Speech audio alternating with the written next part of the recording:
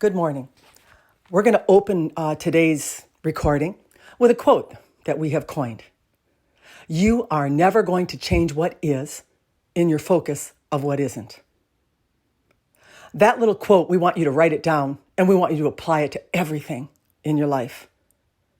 You humans so much like to stand in your rightness, in your opposition to wrongness, and in the idea that perhaps you're a better human than others that you see. We have had so many people throw the questions at us. What about the treatment of animals? What about racism? What about? In their judgment of those that they feel are committing these acts of atrocity. We would take you back yesterday to the recording that we did involving your Jesus. Was there any doubt that there was an atrocity committed? But did he decide to look at what is? Or did he decide to choose what isn't? He chose. He chose to love. He chose to not avenge or revenge. He chose to ignore the betrayal.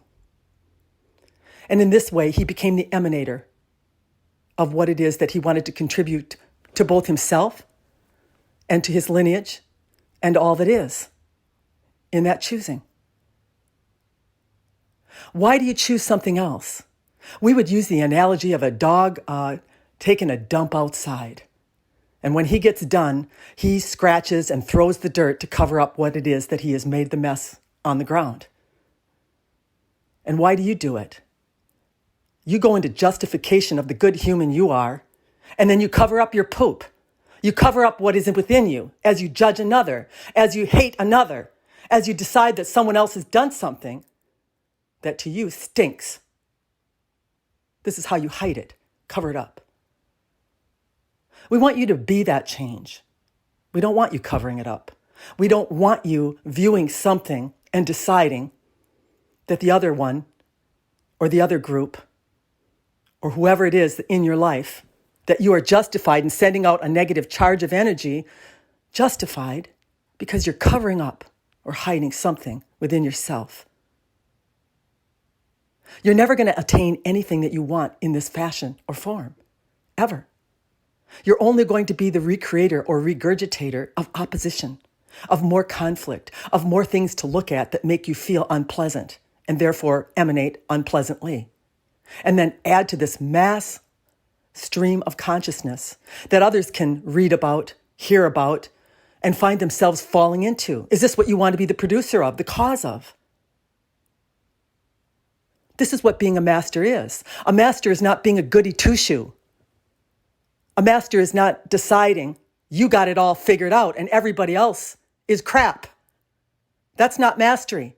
Mastery is knowing that everyone is worthy, that everyone comes from love, and that everyone has life experiences and lineages and present life difficulties that are causing them to emanate the way they are. If you continue to look at them in your disgust and in your distaste and in your comparison to you are somehow higher than them, how can they ever view themselves in that mirror in a way that's going to produce anything in positivity? We want you to go out with this view that we just gave you of humanity, rather than looking for flaws and then covering up the flaws that are within you in the process. We hope that you really understand what it is we're trying to tell you today.